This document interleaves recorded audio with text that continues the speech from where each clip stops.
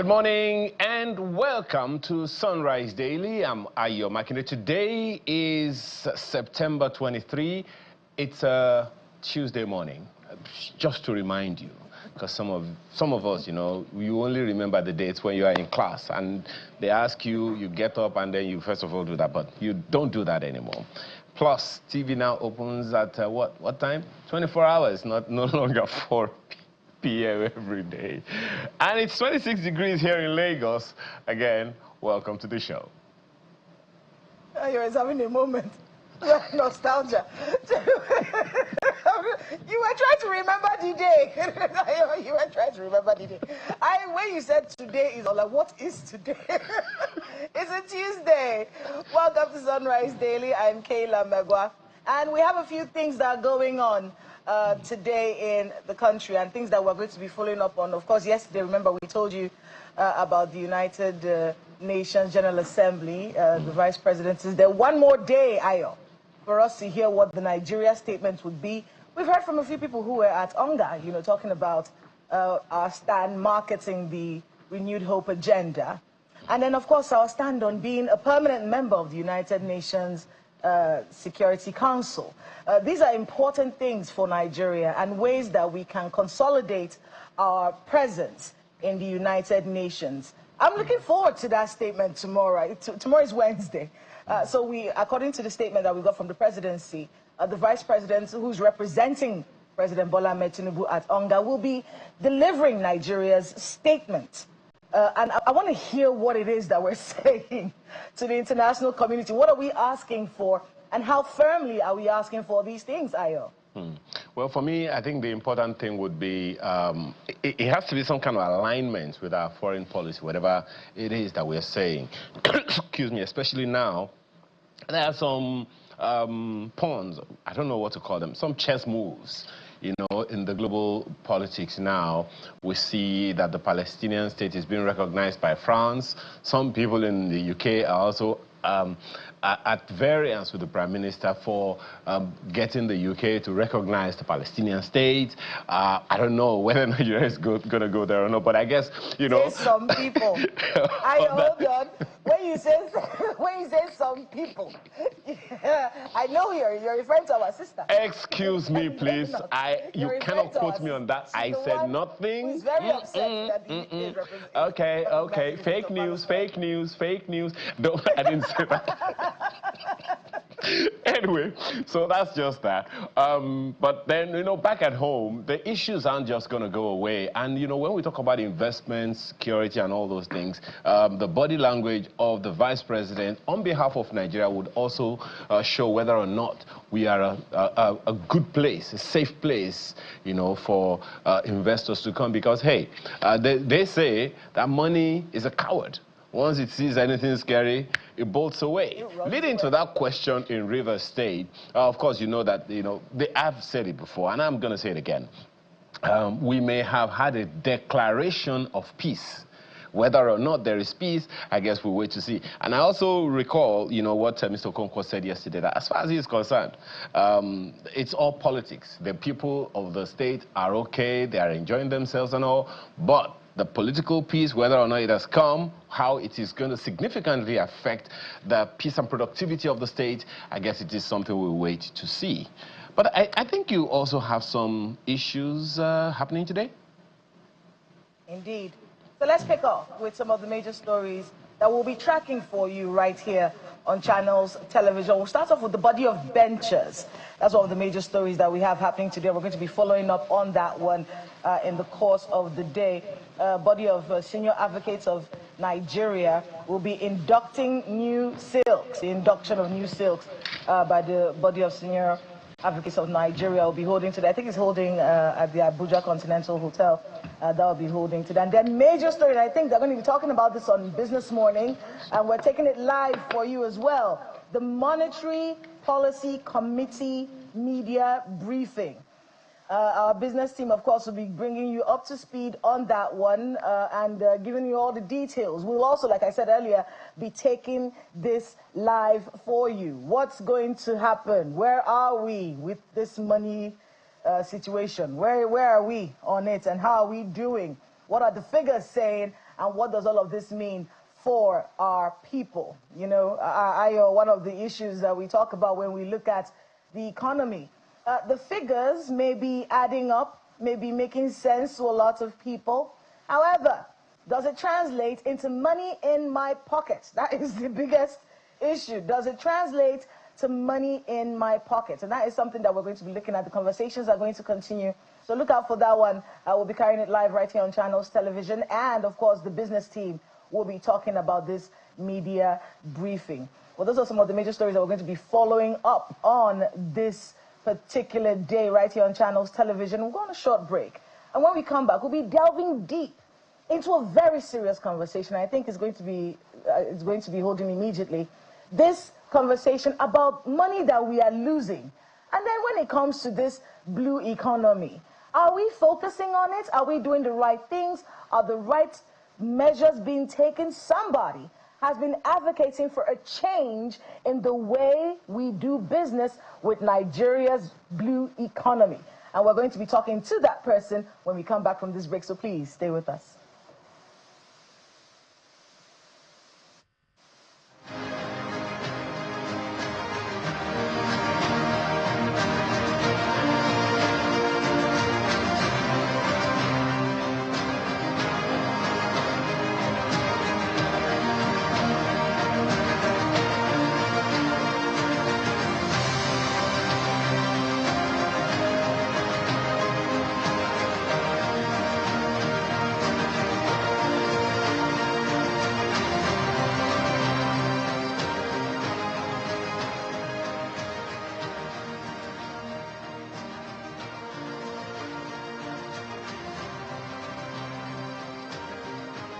This conversation is not going to be an easy one. So let's be clear about that. One of the things that I recall the president saying from the very beginning of his administration is he believes that Nigeria can be a $1 trillion economy. And from all indications, it would seem like the federal government at its own level is doing everything to block leakages and increase revenue. And that, in some way, is reflecting in how much is going to the states. But just imagine that according to NIMASA, Nigeria is said to be losing, or rather, is said to have lost between 2018 and maybe 2023 or thereabout, something in the region of $4 to $5 billion. And the same agency also says Nigeria may be losing, on the average, something around $1 billion every year. Now that, to me, is a shock. So just try to imagine that there is a way we could keep those funds in the country. As at the last count, the Federation accounts shared more than $2 trillion to the federal government, states, and local governments. With a $1 billion annual increase to that account, just imagine how much the states and the federal government and the local governments will be sharing. Where is this money coming from? As I said, that figure came from NIMASA. That means that this is coming from the maritime industry. And to buttress what Kayla said earlier, how come the Ministry of the Blue Economy, Marine and Blue Economy, isn't looking at this yet? What exactly is going on? Well, we have questions this morning and a whole lot of it to be asking a maritime specialist who has been at this for a while. Ejide Shodipo joins us here in the studio. Thank you for joining us this morning, madam. Good morning. First of all, let me ask you, you have been in the industry for long enough. So when you heard that Nigeria loses $5 billion from a government agency, that figure coming from a government agency like NIMASA, how did you feel? Wow, it was a shock. I thought, how did we accumulate so much loss? There must be some explanation for this, and we demand an explanation. But looking at it carefully, NIMASA also said this was lost from premiums paid, lost from premiums from the marine and energy sector to offshore insurance companies. So I asked myself, shouldn't we be doing something about it? Isn't it time we kept those premiums in country? From your experience, what's the origin of the loss? What are the ways in which this loss could have been? In what ways are we, quote unquote, hemorrhaging that amount of money? I ask that question because you said, and that's what also NIMASA also says, that look, we repatriate some of these resources to foreign service providers. I'm at a loss because the president is all about Nigeria first. Absolutely. Yes, but this has been going on for decades. We must know that. Decades? Of course, it's been going on for decades. I mean, there's no short, I'll give you the short answer to that. One of the primary areas in which Nigeria is not retaining this kind of amount, which are premiums, is from not having a locally domiciled protection and indemnity insurance association or club, as you may call it. This club, as we know, is vital in the maritime industry and is vital for ship owners and operators in our territorial waters because it underwrites third-party contractual liabilities. And if we do not have such a structure here, we'd have to buy it elsewhere. So, in short, that is what is happening. I'm a little befuddled, and here is why. We have a law in this country, I think it's the local content law. Nigerian oil and gas. Yes. Industry. Section 50 says no insurance risk in the Nigerian oil and gas industry shall be placed offshore without the written approval of the National Insurance Commission, which shall ensure that Nigerian local capacity has been fully exhausted. So why repatriate this service if this law is in place? Well, that seems to be a contradiction on looking at it. Clearly. Yes, because you're talking about local capacity, and that is what the Local Content Act says. Because we know that if we do not have local capacity, we can't drive growth in our own economy. Yet, we do not have this structure that would enable us to keep these premiums in the country, build the local capacity required, and localize value, create jobs, job opportunities, create skills, develop expertise. It's multiple. We're not creating value. And what is sad is that we're not creating value from our own Nigerian derivative, oil and gas. We're not creating the value. Our shipping operators and ship owners, they're in our territorial waters. Excuse me. I'm trying to make sense of it because the average Nigerian there is wondering, how can we be hemorrhaging $5 billion for X number of years? And on the average, NIMASA says we are losing something in the region of $1 billion every year, and it has been happening for decades. Okay, so this law, this provision is in our law. Absolutely. And there is an infrastructure that is supposed to be put in place to activate this law. Yes. So why institute a law without infrastructure to implement? Well, that begs the question, doesn't it? But I know as a fact that efforts had been made to do something about it, even by NIMASA.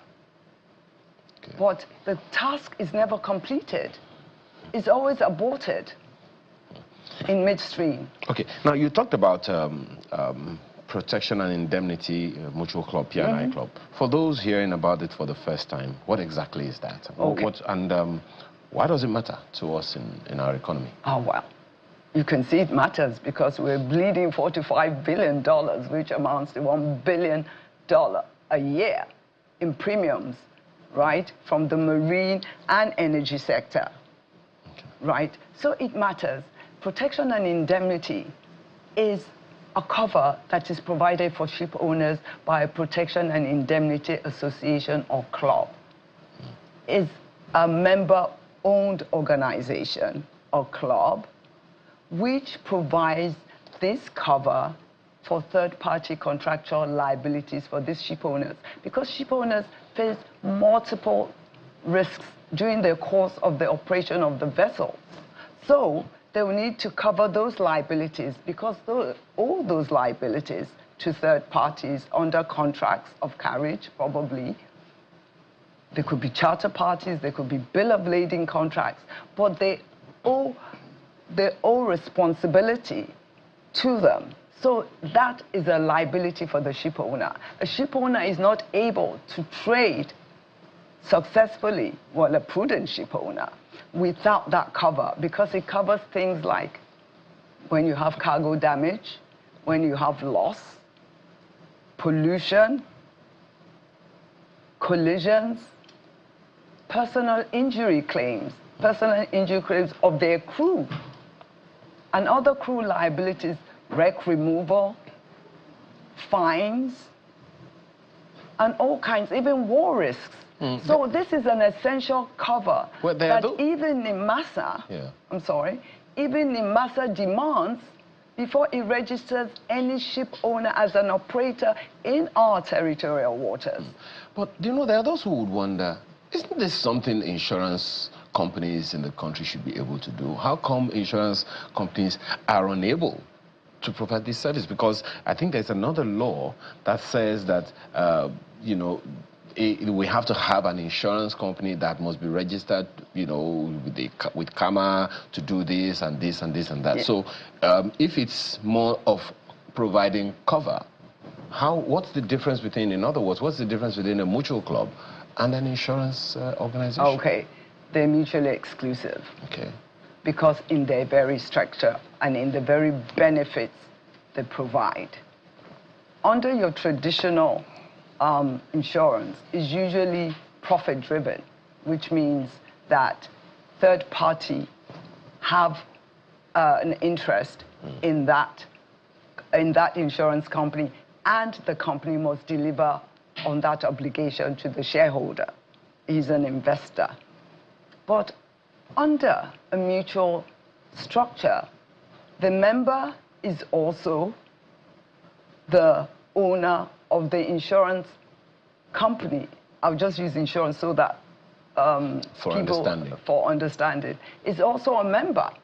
So the interest of the mutual and the interest of the member is totally aligned.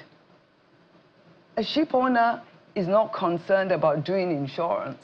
What he's concerned about is doing his everyday business. What he needs the insurance for is to cover his risks that he faces in that common adventure with his co-ship owners. So you see, the structure of the mutual doesn't deal with the same structure as a tradition. It would not work because there are benefits as a result of a mutual. One of the key benefits of it being a mutual structure is that you have ownership and control. Control is key. If you have control of something, you can direct the affairs of it. Decisions are not just foisted on you. You can decide to cut your cost of cover. You can decide what kind of risks you want to underwrite, risks that actually pertain to you. You can contribute to how that club is run. You have a board of directors. You have a say. And the ultimate thing for being a member is that the ship owner is concerned with his bottom line, isn't it? Absolutely. He wants to have cost savings, but also a robust and affordable solution. Okay, let me ask you this, madam. You said that NIMASA had attempted to initiate this idea for a while. Absolutely. What is the inhibition? Why have they not been able to do it over the years? Well, I think we should be asking them this. Okay. When I say it's been attempted, this is between 2018 and 2021, actually, NIMASA did say, because it was under another administration, they were asked to look into the possibilities of it, and NIMASA replied that it was a good initiative, not only for the ship owner, but for Nigeria. And he listed different reasons why he thought so obvious: benefit to our economy, drive our economy, create more jobs, local capacity, skills, etc., etc. So NIMASA, together with a group of ship owners, they wrote to ship owners, I do not know how many, some people answered the call, to establish a Nigeria Protection and Indemnity Association. So I was part of that in an advisory capacity, and it was taken very seriously because there were meetings, everything went on, and actually the result of that was the first technical committee to establish a local Protection Indemnity Mutual Association for Nigeria was inaugurated in July 2019. So along the line, maybe actually what happened was that maybe there was a lack of will at some point because a different set of executives came in place. It took the back burner, maybe, or maybe they just did not have the will to complete it. There were several multiple factors. I think we have to ask NIMASA, having said this is a good thing for ship owners and for Nigerians and for the Nigerian economy and for building local capacity for our country, and for them now to drop the ball, I think we would need to ask them direct questions on that.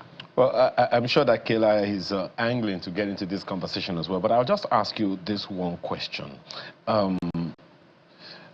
Perhaps because, okay, I would assume, for instance, that a P&I mutual is a long-term investment, right? Absolutely. Now, perhaps that could be one of the reasons. So maybe if you can tell us, how quickly do you imagine that ship owners will start feeling the benefits of the cost savings, the jobs and local opportunities of a P&I when we establish it? Well, I would say immediately. Immediately, in the sense that if you have a mutual, you feel the benefits because you have control and you have ownership of it.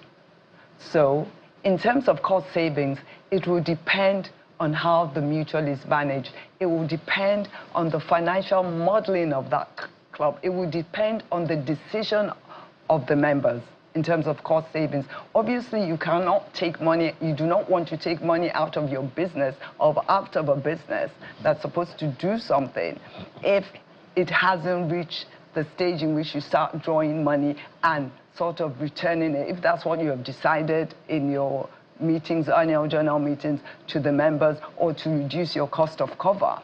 There are many factors. So averagely, if you set up a launch and everything goes as it is, and you've done all your regulatory and compliance things, it should be probably in a year, they should start feeling the direct result. Proviso is properly managed, it's transparent, and everything has been ticked. Okay. Now, let's assume, maybe let me put it this way. Aside from the $5 billion hemorrhage, that money is quite a handful, quite a mouthful. Boggles the mind. What are the reputational risks Nigeria runs if we do not start this P&I club as soon as possible? Well, in terms of, I mean, okay, we all talk about the Nigeria being the backbone of the region. That is true. So if we do not start it, we are a maritime hub in this region. So if we do not start it, the tendency is that somebody would. Maybe a neighboring country, it could be Ghana, it could be Togo.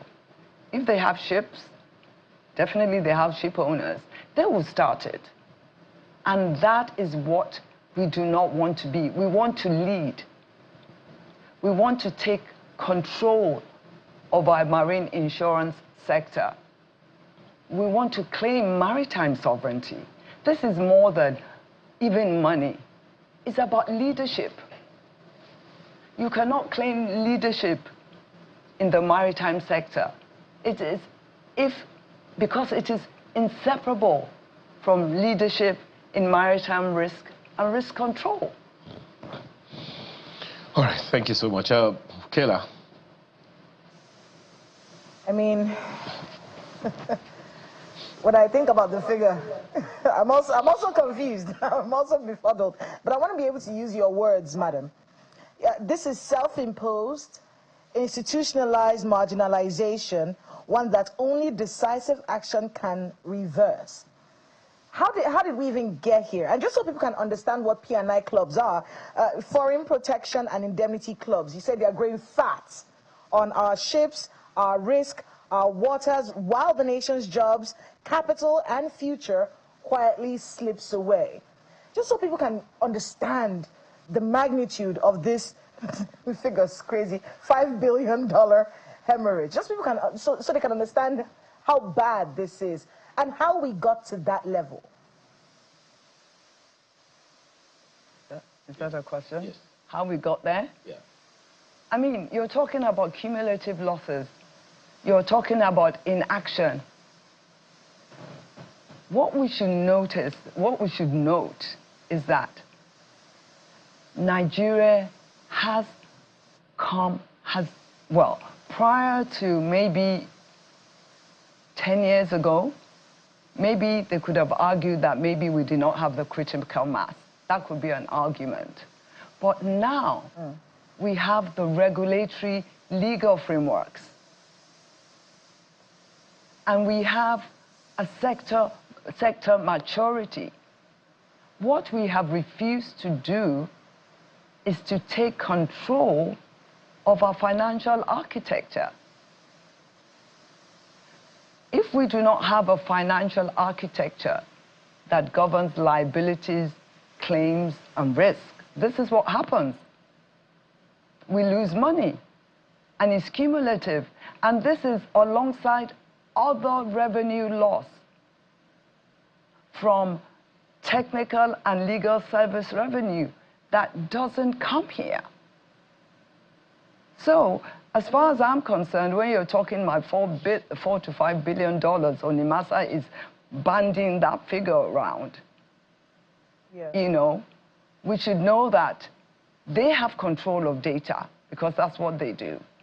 And why we have let it get to this stage where our economy is suffering on many fronts boggles my mind. I was looking at the documents, if you can hear me. I was looking at the documents, your engagements with government over time, talking about this. It's crazy how something like this was going on. Maybe that's why we keep losing our breath. You know, something like this was going on, and then someone is complaining, and it feels like nothing is being done about it. Do you think that this reversal can be done under this administration? Do you see the willpower for this to change under the Tinubu government? And if they don't have the willpower to do it, what else can anyone do? Okay, it takes more than willpower, as far as I'm concerned. It must be deliberate, it must be intentional. We must have a strategy in place, a strategy that would provide an architecture framework that would underwrite those risks, localize value, and build capacity for this country. It's not about the will or not the will. But we must also mention that our legal and regulatory frameworks, as of today, does not enable a mutual licensing of a mutual. Because if you look at NERA, the Nigerian Insurance Industry Reform Act 2025, it states the licensing provisions for insurance companies. This is a special types of insurance company, right? It does not enable, through this current framework, to set up a mutual, a P&I mutual, because it only says it's under a corporate structure, limited under liability with shares, under the Company and Allied Matters Act. So where do we go from here? We had the opportunity to do something in this current legislation, but all we did was to pass the buck, because what it says again is that if you're going to license, if an insurance company is going to be licensed under our laws, there has to be an act for that purpose. So I'm wondering, are we serious about this? Are we serious about stopping the hemorrhaging? We have all that it takes. All it requires is execution, collaboration, a deliberate strategy and plan. And this is sorry? I was going to refer, I didn't want us to lose that point, because when it comes to reform, I want to take your words. The much celebrated 2024 Insurance Reform Bill is a half-built bridge. That's something I saw that you said. It raises capital requirements and tweaks supervision, but leaves a gaping hole. It does not create, legalize, or empower true mutual P&I clubs. Could you break that down for us? What are the things that this bill, this 2024 Insurance Reform Bill, what are some of the things that they do not address in your view? Well, you said it, the act now. Yes. It doesn't, despite the fact that for the first time, it mandates local capacity building. It says so in the act. Prior to that, it was only in a sector legislation, the Nigerian Oil and Gas Local Context. But in Section 205 of this act, it mandates local capacity. And if you look at the preamble to the NERA, it states its objective. It's clear as to the objective of the act. It said an act to regulate and develop the insurance industry. That's the first thing it says. It wants to develop it.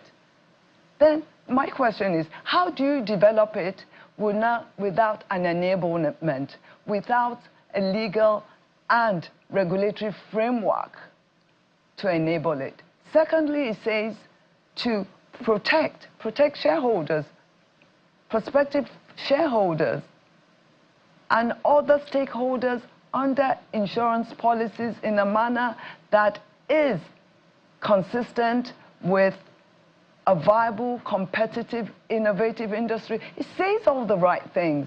Competitive, innovative industry. Now we get to the question. We have, for some reason, refused to unlock that. And the consequences are dire. So, in a nutshell, yes, the NERA has done a lot. It is monumental when you really examine where we've been coming from, under an inherited framework in our legislative framework prior to the NERA. Because this was inherited from the colonial era. Even if I look at it, if you look at the Marine Insurance Act, which has now been repealed, it's a mirror copy of the UK 1906 insurance legislation. It was unable to innovate. It was unable to deal with economic demands of the present day. So, in terms of the NERA, as far as I see, it's done a lot to open up the industry. But why open it up and not truly open it up? It is a half-built bridge. It's provided for capitalization, not only raising capitalization. It also adopts risk-based system as regards capitalization, so that insurance can at every point measure their exposure to the risk they've taken up. So I ask myself the same questions. Why have we continued to be shackled? Because having unburdened ourselves from our colonial shackles with all the previous legal frameworks that we can say we have, then we bind ourselves. We refuse to go. We don't want to go. We don't want to claim maritime sovereignty. Do we really want to power this economy? Do we want to let the ship owners own these things? I've heard from NIMASA that, oh, it's a ship owner thing, it's a ship owner thing. But without the public support, without enablement, without opening up an industry, the industry, it becomes a lost cause. So I say, in that respect, we're not better off than how we were before the NERA. In that particular respect. I want to be able to get your thoughts on, we have a ministry that we were all very excited about when Blue Economy and Maritime and Blue Economy, when that ministry was created, we're also excited. Oh yes, so, because we didn't quite understand how things were done in that sector. So if we have an office that is focused on this particular sector in whatever areas, you know, this felt like a good thing. I want to be able to get your thoughts on the Ministry of Blue Economy. They're supposed to deliver. Do you think that they're delivering to the Nigerian people? And this matter, these P&I situation, is it something that they can look into? Have they said anything about it in your, at least with your engagements with them? I haven't had any direct engagement with the ministry. I haven't done so. I haven't been privileged to have that kind of engagement on any level. But I would presuppose they will need to look into it. But we also know that we have agencies under them that are supposed to report to them. Obviously, these figures must be within their own systems as well, because it was put out by NIMASA. Are they not worried? Well, there are so many other questions to ask on this issue, madam. So many other questions. For instance, in my head now, I'm seeing a need to engage not just the minister, but even the master themselves. Well, we'll get to some of those other issues. But let me just quickly ask you this, because we're still going to go back to her. I see a story here done, I think it was even earlier this year, which is quoting the Director General of NIMASA, Dr. Dayo Mobiriola, who said, and I quote, "Every year, Nigeria loses hundreds of millions of dollars to foreign P&I clubs, money that could be used to build our maritime insurance capacity, create jobs, and support local expertise. It is a quiet but steady drain on our economy," he says, "and it is time we did something about it. We don't lack the talent or the insight, but what we need now is the collective will to build something of our own." So before we go to advising the president, because I know that that initiative you talked about is really squarely at the table of the vice president, because anything that has to do with the economy is usually, first of all, you know, because he sits with on the National Economic Council meetings and all of those, and that's the vice president. So what should be the concern of NIMASA primarily? NIMASA is making this suggestion, and you have said that even though it's something that the ship owners have to do themselves and all, what's the enabling environment that is needed to get it done? Well, we have to look to NERA. NERA says that for you to be licensed as an insurer under this framework, to do, if it's not a limited liability company under CAMA, then you have, there has to be an act or an enactment for that purpose. So, in short, there must be a specific targeted legislation that is passed to allow the licensing of P&I mutuals in insurance, because it's insurance. There must be not only the act, but there must be not only legal framework, a regulatory framework. And that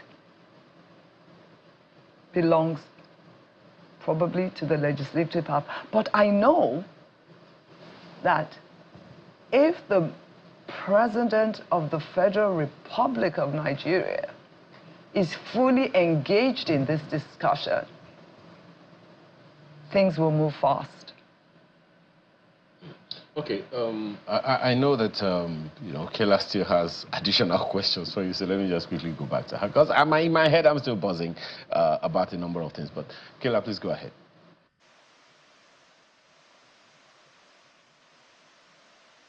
So befuddled by this figure, it's a little strange. So let me go straight to some of the things that you think the president should do. In fact, you said this is an opportunity for President Bola Ahmed Tinubu to cement, these are your words, cement your legacy as the leader who shattered Nigeria's economic dependency for good. So what actions, madam, do you think the president should take if you had a few minutes with him, or let's assume you were talking to him right now? What are some of the actions that he should take immediately to address this $5 billion hemorrhage? Well, I will say, Your Excellency, Mr. President, please issue a public directive or mandate that would to issue a public directive on an executive order that would mandate a legal and regulatory framework for licensing of P&I mutuals. At the same time, please set up a pilot club within the next 12 to 18 months, backed by private and public leadership.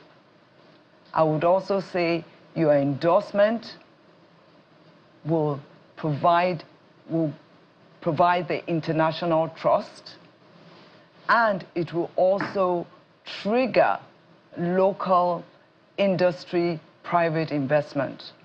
And it will show not only the region of West Africa, but also the world, that Nigeria is ready to lead and not to follow. Okay, someone watching right now will be wondering, what exactly, okay, maybe I should put it first this way. How many people in Nigeria, to the best of your knowledge, have this, well, let me first of all say knowledge before I say expertise in the P&I mutual? Okay, by the way, just to be clear, this is not P&ID, is it? No. It's not the same law. It is a protection and indemnity mutual clubs, just to be clear. Yeah. Okay, insurance club. Who are the, how many people in this country, to the best of your knowledge, and since you have been about this advocacy, understand this mutual insurance thing that you're talking about? Well, first of all, I think it is almost like a niche area. Okay. So you will not expect the majority of people to understand it. Well, people understand insurance, but people might not understand what P&I is and what it stands for, and how critical it is for a ship owner and for the economy at large. I mean, let's look at a country like China or Turkey. I mean, let's look at China. I mean, we have the International Group of Protection and Indemnity Association. They underwrite 90% of the world tonnage. They've been in existence for years and years and years. What I should say is that P&I is not a new thing. It's been around for a very long time. But our own inability to appreciate the magnitude of not having one when we have the capacity in terms of ships, we have a deep sea port, we have one of the largest cargo throughput in West Africa, even the largest. We also have an oil and gas sector. This oil and gas sector has high-value assets who operate there. And we know that many indigenous Nigerians have invested heavily there. But this is not only about Nigerians, it's about our territory. So when you say how many people know about this, I don't think people might know but not understand truly where it lies in the true scheme of things. Okay. Now and how it impacts this economy and impacts our maritime sector as a whole. Okay. Now, you said, I mean, you've advised the president, so to speak, if you had a 2-minute sit down with him, the things that you would say. But this conversation, as you said earlier, has gotten as far as the presidency before. It has gotten to the desk of the vice president before. Absolutely. Now, what are the instruments that are needed to make this new engagement, this new advocacy different? Because if it has gotten as far as the vice president's office before, and it was stalled or stalemated, or whatever the English word is, what needs to happen for it to be different, for this new advocacy to be different and to have teeth? Well, they have to adopt the cause. They have to see it as a very important cause. It has to be a priority. It's a matter of prioritizing things. Because once there is priority, then the resources and the know-how will be put behind it. And this is for the purview of the vice presidency or the presidency. You don't see the minister of the Maritime, well, on the minister, it depends. Okay. You know, I think when this topic was discussed in the previous administration, I think the Office of the Vice President did have to consult. At that time, we didn't have a Ministry of Marine and Blue Economy, by the way. Yeah. Had to consult with, like, NIMASA, Shippers Council, the then Ministry of Transport, and they all bought into it, that they've been trying to achieve this for a while. So what will make this different in this administration is because there's alignment.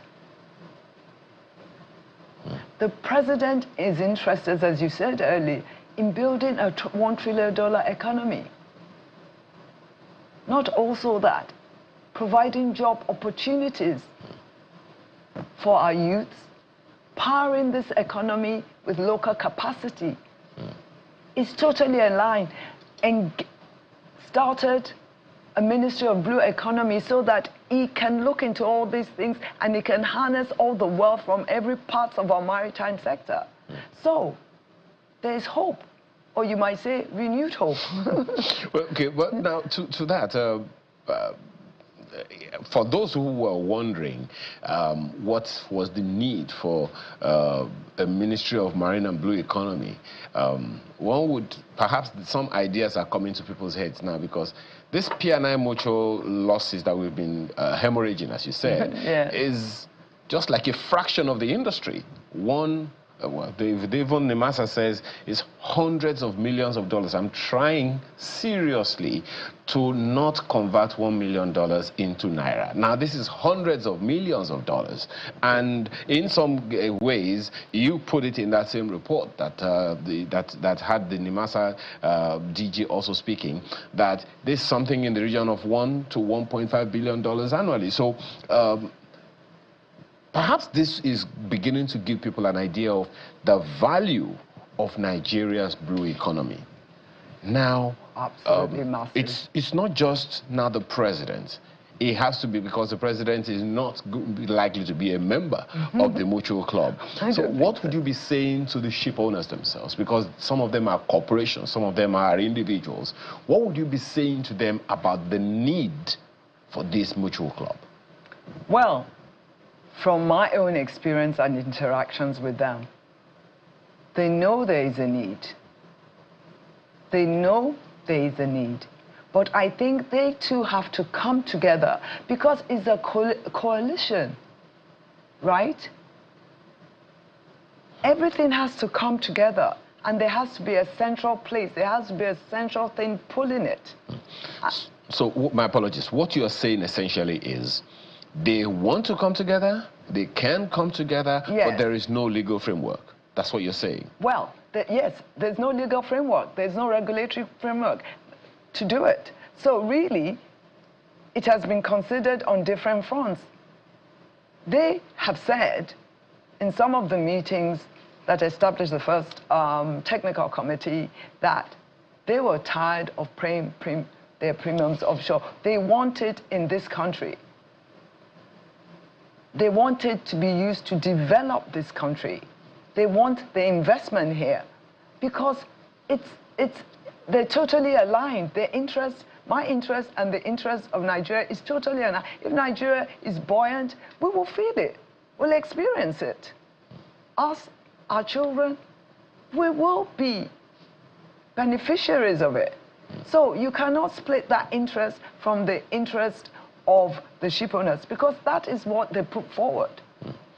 Well, again, I would say this, there are so many questions. Let's just say that this is leg one, because as you said, it's a very, very specialized niche area, you call it, and that means it's a very, very technical area. Absolutely. So if we are to understand the sector, if we are to understand the industry, these conversations ought to happen a few more times.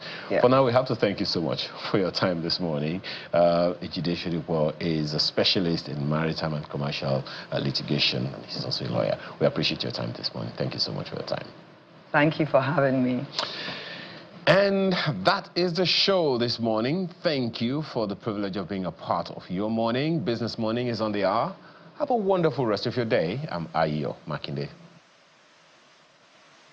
Indeed, before we go, just so people know that the Minister of Maritime and Marine and Blue Economy, Adegboyega Oyetola, is actually participating right now in the London International Shipping Week, trying to get more investors and block all these loopholes in the sector. So maybe this is something that should reach him. So anyone who has his ear should let him know that this conversation is ongoing.